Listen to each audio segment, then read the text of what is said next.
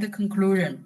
One published paper is about particle swarm optimization and its application, while another paper focuses on genetic algorithm and its application.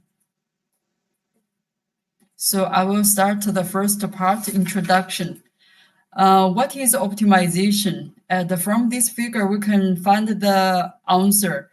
Optimization is about making things better or more efficient.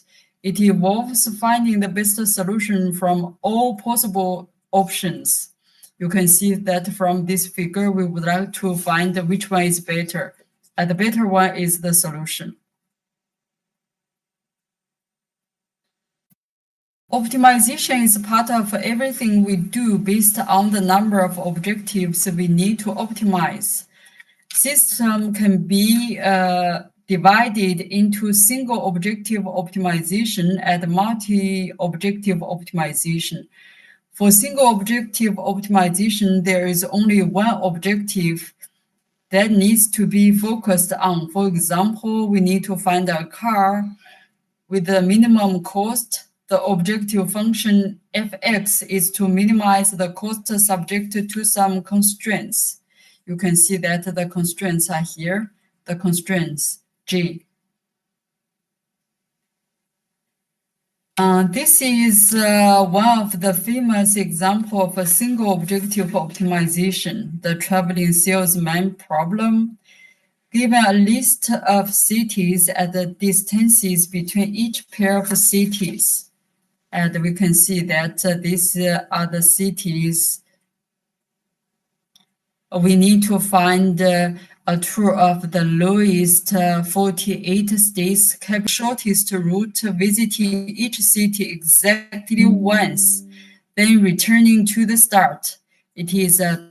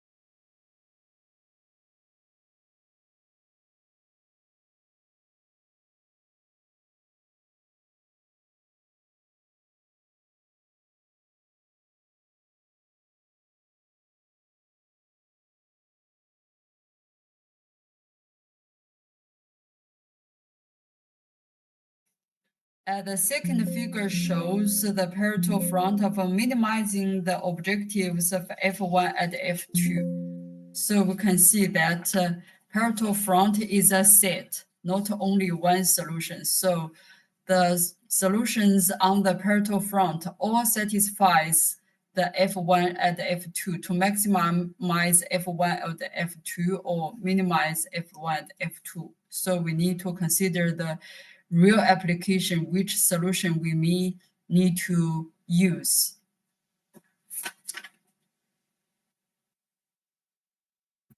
And now I would like to introduce one of our published paper. Firstly, I would like to introduce what is particle swarm optimization. The evolutionary optimization is widely used in engineering optimization. In my presentation, I will introduce two evolutionary optimization algorithms. The first one is shown in this slide. It is particle swarm optimization. And the second one I would like to introduce is genetic algorithm, which will be introduced later. Particle swarm optimization was proposed by Kennedy and Eberhardt in 1997. It mimics the behavior of birds' flock or fish schooling. The animals collaborate to migrate or search for food. You can see that the birds work together to travel in flock to find food or travel. And for animals that forage or travel in groups, making decisions with regards to movement often depends on the social interactions among the group members, like the fish schooling or birds flocking. The social behavior of such organisms can be treated as optimization procedure.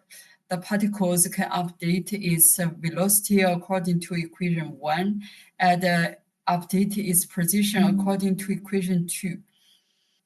In equation 1, Pi is the best position of the particle itself, and Pj is the best position of the group. C1 and C2 are constants. R1, R2 are random values. Omega is also a constant. And then the particle will update its position according to equation 2. Clark and Eberhardt reformulated the equation 2 as the equation like this one, Pi. And then we finally have the relationship of phi and yt. It can be shown in this figure. It has a bifurcation of dynamic in this figure 6. It has a bifurcation so this bifurcation will explain why we would like to introduce chaos in our particle swarm optimization structure. The corresponding Lyapunov exponent lambda 1 and lambda 2 are both 0 at the initial value of Vt and Yt from this figure. You can see that. And then, which have a great effect on the range of Y. For every value of phi, and the values of Y are only recorded after 100 iterations. Since the particles have the bifurcation situation, so we can consider one of a particle of PSO as a neuron of a human being. So the particle can be modeled by neural network. And you can see from this figure that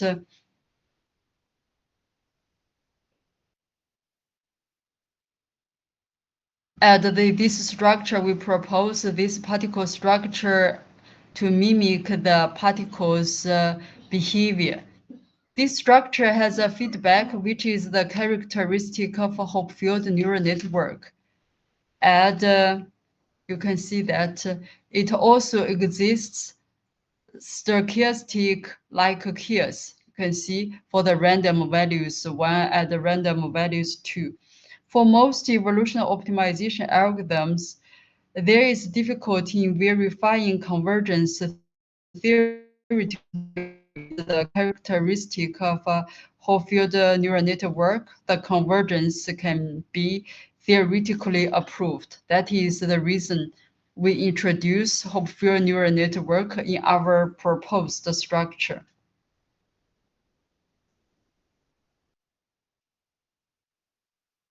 The whole field neural network has a property that as each neuron of a whole field neural network updates an energy function, such as this one, an energy function is monotonically reduced until the network stabilizes. We can therefore map an optimization problem to a whole field neural network such that function of the problem corresponds to the energy function of a whole field neural network. And the result of a whole field neural network is suggested a local solution to the optimization problem. And you can see that with the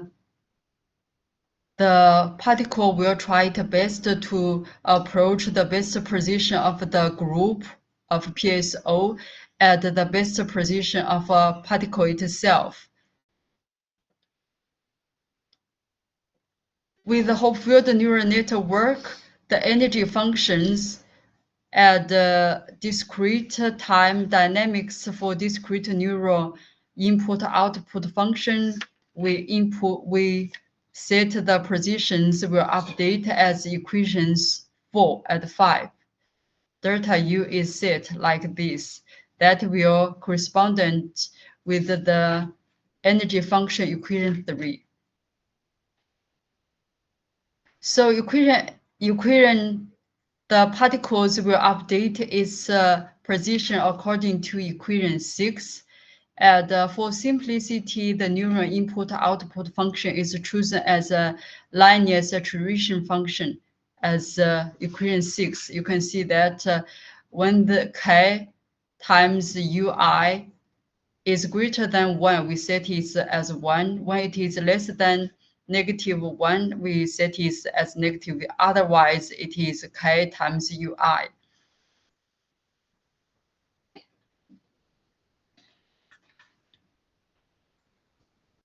And the ui will update according to equation 7. And equation 8 is obtained simultaneously. Equation 8 is obtained by simultaneously resolving equation 3, 5, and 6 at this one, the previous equation, 3, 5, and 6. So we can get equation 8. And equation 11 is obtained by simultaneously solving equations 3, 5, 9, similar as the previous one. ZT is added to equation 7 to add equation 10 to cause the chaotic dynamics.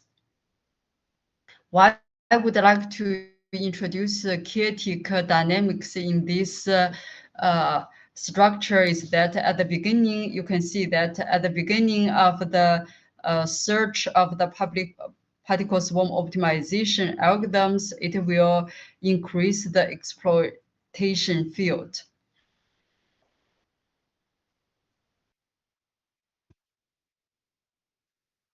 And the self-coupling system ZT is added, you can see here.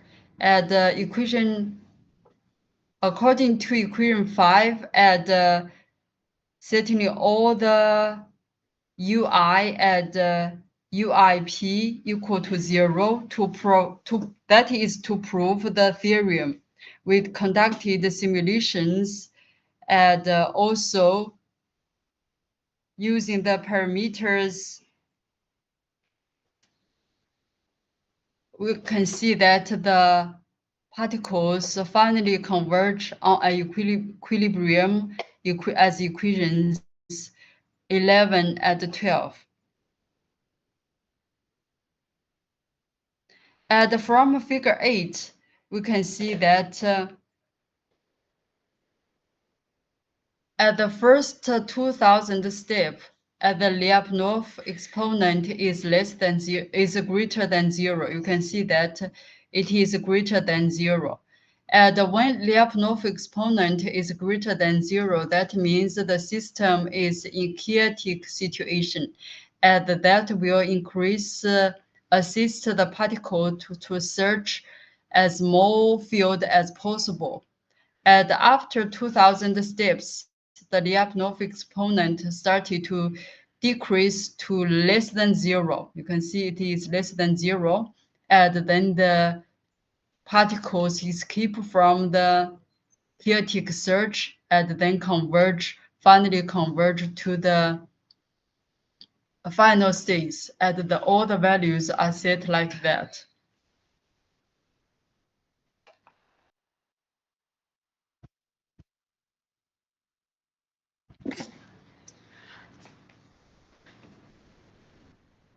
And to demonstrate the efficiency of the proposed techniques, we also applied some restriction function and Hartmann function to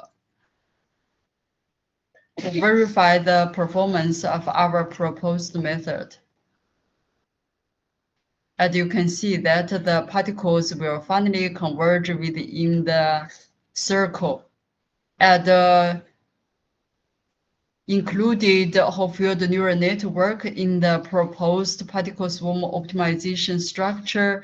The particles convergence can be theoretically proved.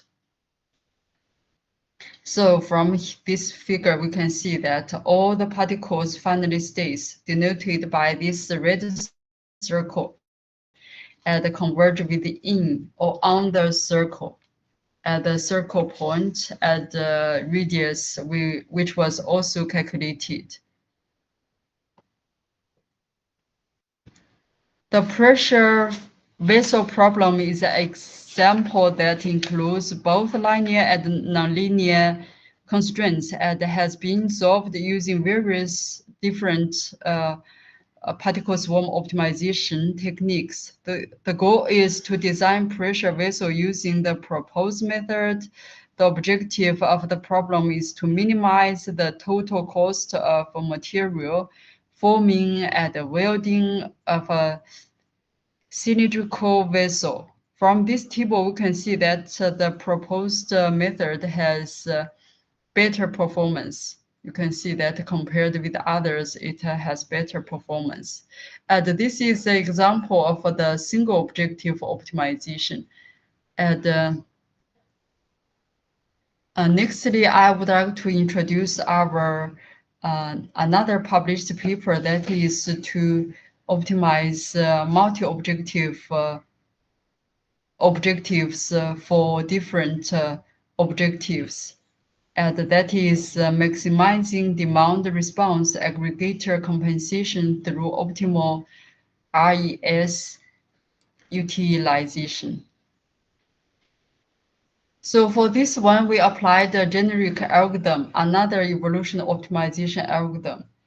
Genetic algorithms are the earliest, most well-known, and the most widely used evolution optimization algorithms. They are simulations of natural selection that can solve optimization problems. A genetic algorithm is a search heuristic that inspired by Charles Darwin's theory of natural selection. And you can see that this is a gene, and this is a chromosome, and we call this is a population. And the algorithm reflects the process of natural selection where the fittest individuals are selected for reproduction to produce offspring of the next generation, and through the crossover, mutation, and selection operators. This is the process of how the generic algorithms work. Firstly, randomly choose one crossover point and do the crossover. You can see it can directly swap or exchange the first part the first gene with the second gene, and then do the mutation.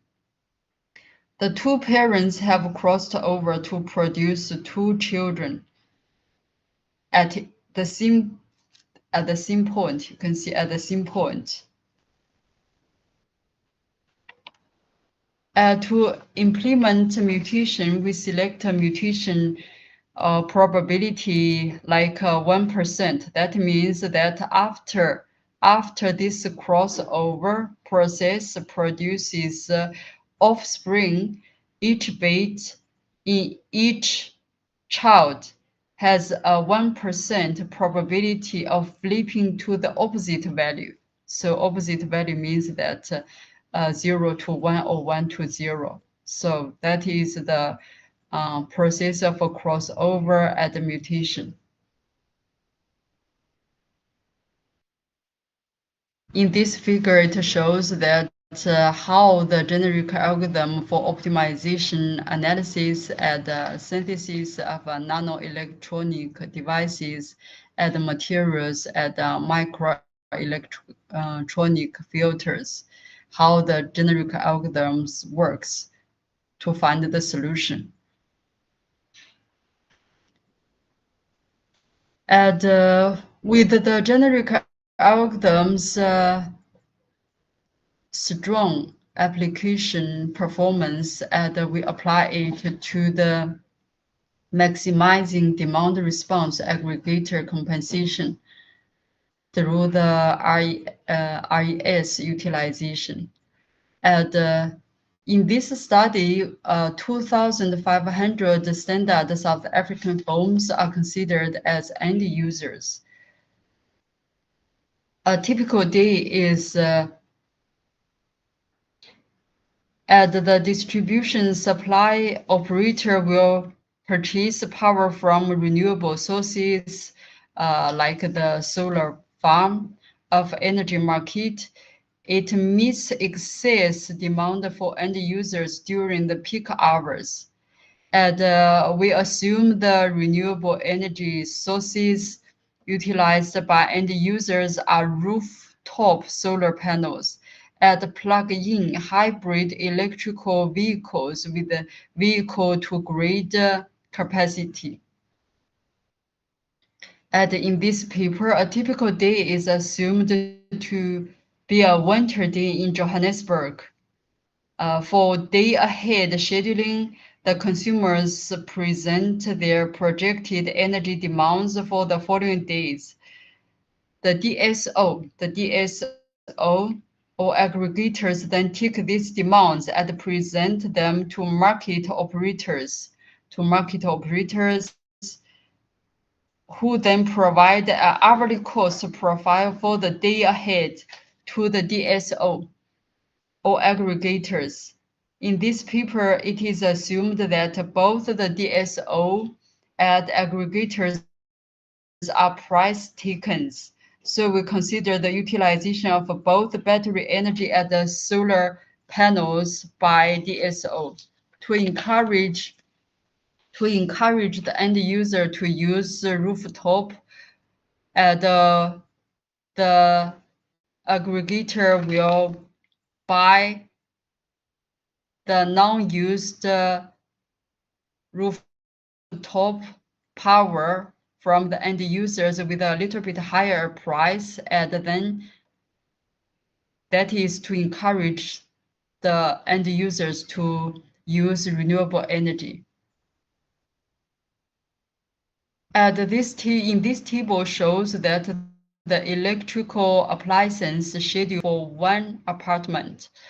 The aim for all these electrical appliances, we can see that what is the rating and the how many appliances was used and what is the yearly operating time, and whether it can be shiftable or not, and energy usage sharing.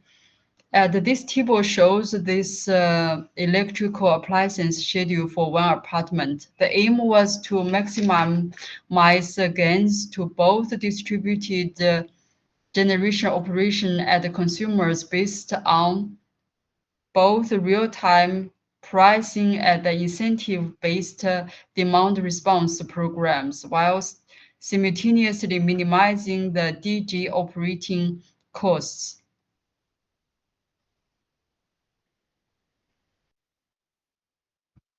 And so those are the objectives we need to minimize. This is one objective, this is another objective, this is a third objective.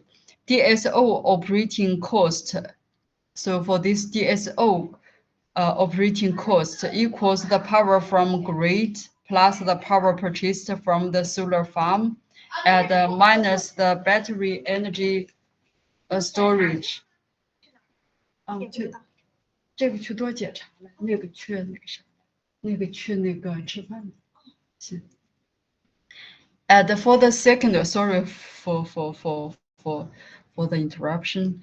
And for the second one is the first one, DSO equals power from grid plus the power purchased from solar farm and minus the battery energy from storage system aggregator minus the award to aggregators. And for the second one and the third one, if you are interested, you can also find from my paper. The second one is about aggregator cost. It's the award from DSO minus compensation to the end users. And the last one is the end users cost. It is a compensation from the aggregators minus the utility factor for the appliance. The aim of compensation optimization is to maximize cost benefit to the DSO aggregators and end users. You can see that we did some simulation, and from these figures, we can see that the end users utilization of aggregators and renewable energy source is more beneficial to DSO. The last one, you can see that even the biggest amount, the highest amount of the energy used by the DR and RES utilization by end users is more beneficial to the DSO, distributed supply operator. That means less energy is used by the last one. So we use the DR system, demand response system, and renewable energy sources, and through both the application of DR and RES, we can see that the energy cost is the least compared with the other two without using demand response system, or the second one is about the using demand response program and RES using by DSO. This one has better performance. So we can see that evolution optimization are powerful, and it is simple, robust, quick, and extensible. And how can we use them in our relevant research areas? And there are also some limitation for the or challenges for the evolution optimization algorithms.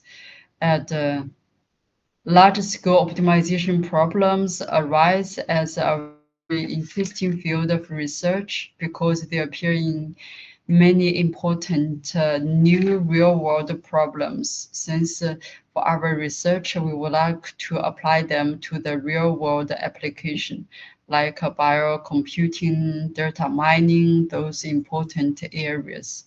And this is the content I would like to introduce and present to you.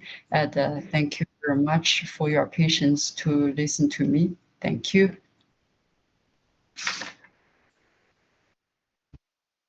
If you have any question, you can directly know. Thank you.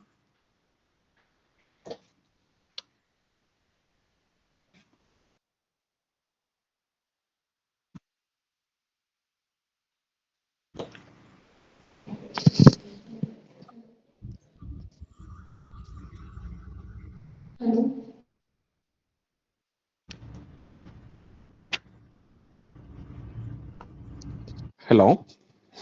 Hi, Chair. Yeah. Yeah, yeah, ma'am. Thank you, ma'am. Thank you for the lecture. So it was quite clear. So we just request some audience if they have any questions. So maybe they'll post the questions now, ma'am. Thank you very much. Yeah. So audience, so if you have any questions, you can raise now.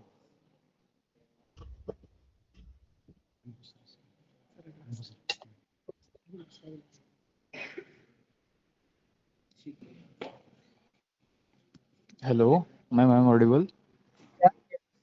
Yes. So this is Dr. Anubhav Pandey, ma'am. I just wanted to ask you that in slide 20, you have shown that there are 15,000 iterations that has been used.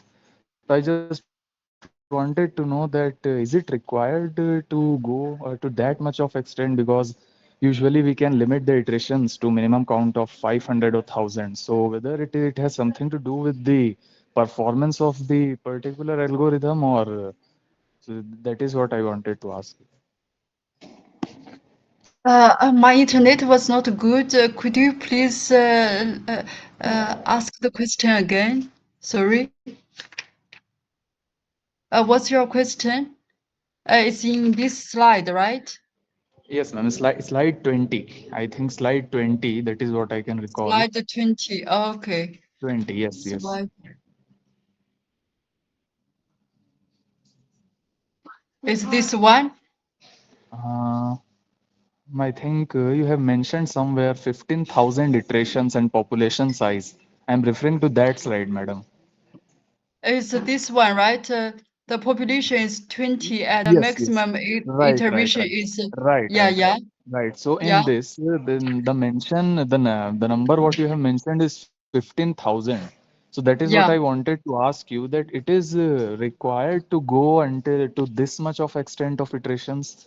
If we reduce the iteration count to 500 or 1000, will it affect the performance of the algorithm, or what is the relation with that? Because the population size is limited, it is 20 only, but the iteration count is 15,000. Uh, you can see that from this figure, figure 8. Thank you very much for your question. And you can see that from this figure, at after 2000 steps, the particles will gradually converge to the final state. Why would I like to use 15,000 is that we found that after 10,000, the particles will be a stable state. So 15,000 is just to make sure that all the particles converge to the final state. You can see from this figure 9, and all particles converge to the final states. Just try the error to see what the particles situation are. At 15,000, after 10,000, the particles are in stable state. So after 10,000, any steps are fine. Okay, madam. Okay. Thank you. Thank Uh, you so much, ma'am. Thank you. Thank you for your question. Hello. Can you see me? Hi. Yeah. Ma'am, I have one more question. So that Yeah. CPSO, the performance of the CPSO is improved by HNN, right? It's yeah. Because here I could able to see the HNN based CPSO. So the thing is, Yeah. the performance of the PSO is improved by HNN network, right? I didn't get you.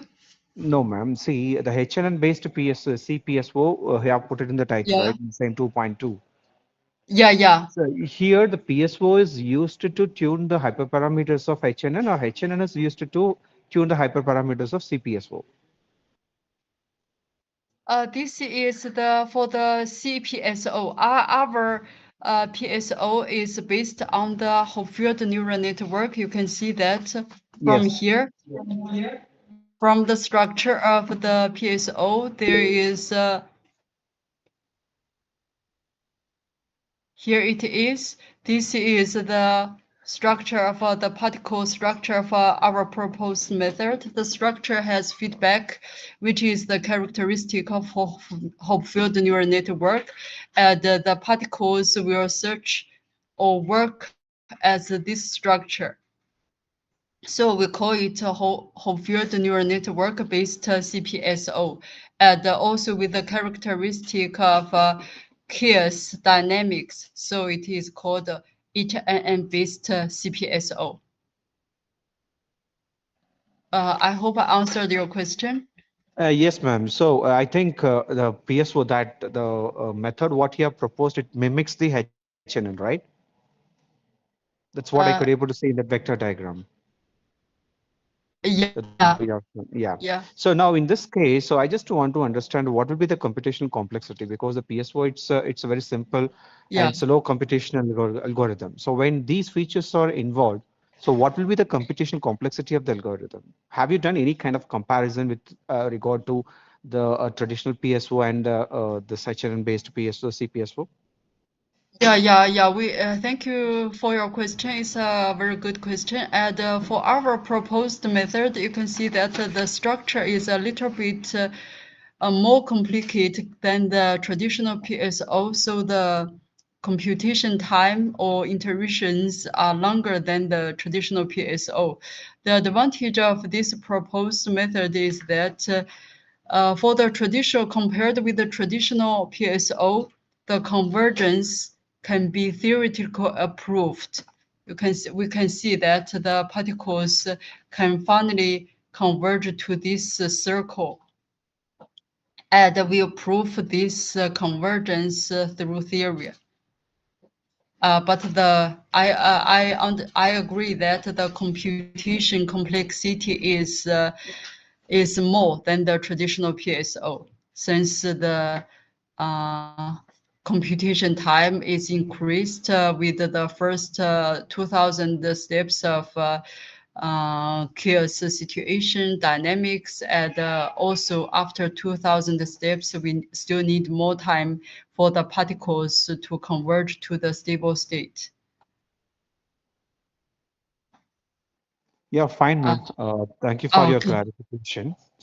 okay, thank you. Um, Thank you for yeah, the so thank you question. very much, and your Thank session you. was wonderful, ma'am. So thanks for joining with us. Thank you for this opportunity. Thank you. Bye. Bye. I can quit, right? Yes, ma'am. Yes, ma'am. You can leave. So thank you, ma'am. Okay. Okay, thank you.